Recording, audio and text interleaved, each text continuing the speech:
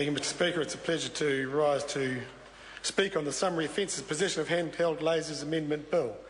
I think, Mr Speaker, as we enter the final sitting days of this 50th Parliament, it is appropriate and timely to embark on, I think, what we are all really here for, and that is to act as parliamentarians. Occasionally it is permissible to shed the political colours and banners under which we arrive here to celebrate and honour the traditions of this fine House and the role that it plays at the heart of our democracy. And you expect that, you see that in valedictory speeches, or you usually do.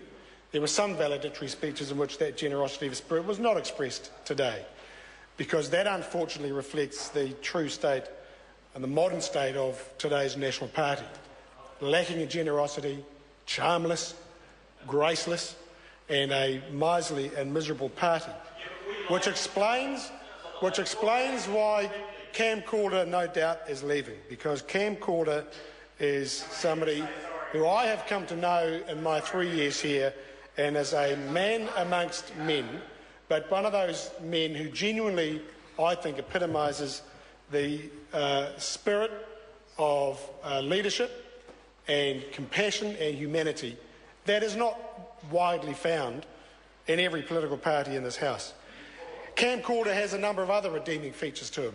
It helps that he hails from Taranaki, the mighty province, the great province, province generating great wealth, not only in its minerals and its financial resources, but of its people.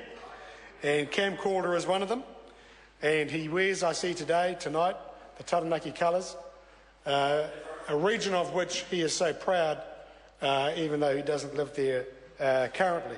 And a region, of course, that he is also known for another great achievement, and that is his pétanque playing.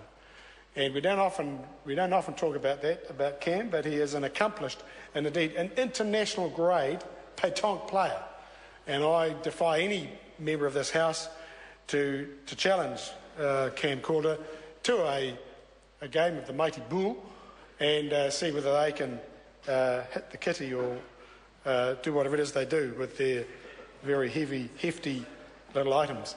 But I want to say about the legislation, Mr Speaker, because that's what we are here for after all, is to join with my colleagues who have, I think, been very generous not only in their acknowledgement and honouring of Cam Calder, the author of the bill, but also to pay due heed and seriousness to the objectives of the bill, which is, as Mike Sabin has said, a public safety measure.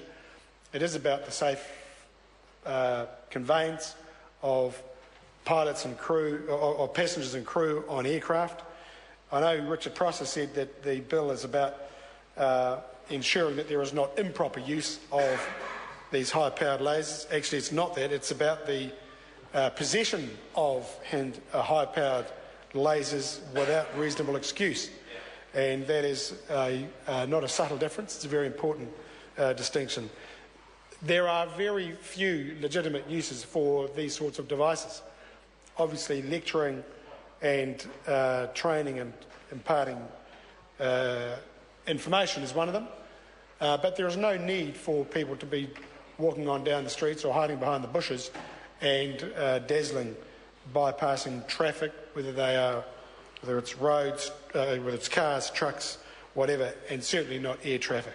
So this is a well-directed piece of legislation, and it rightly has the support of the House, it has the support of the Labor Party, and I think it will send a very clear signal and a very clear message to those who think that this is some zany sort of fun, now that there is an explicit sanction against it and some real penalties against those who would behave in this sort of way. I congratulate Cam Calder in having the bill selected and shepherding it through all the stages, and I think, pretty good and detailed and serious consideration at the Select Committee. And this will be a good piece of legislation, as reflects the author of it and the contribution that he has made to this House in the time that he has been here. Alfred Naro. Mr Speaker, it's always good to go to speak after the member, Andrew.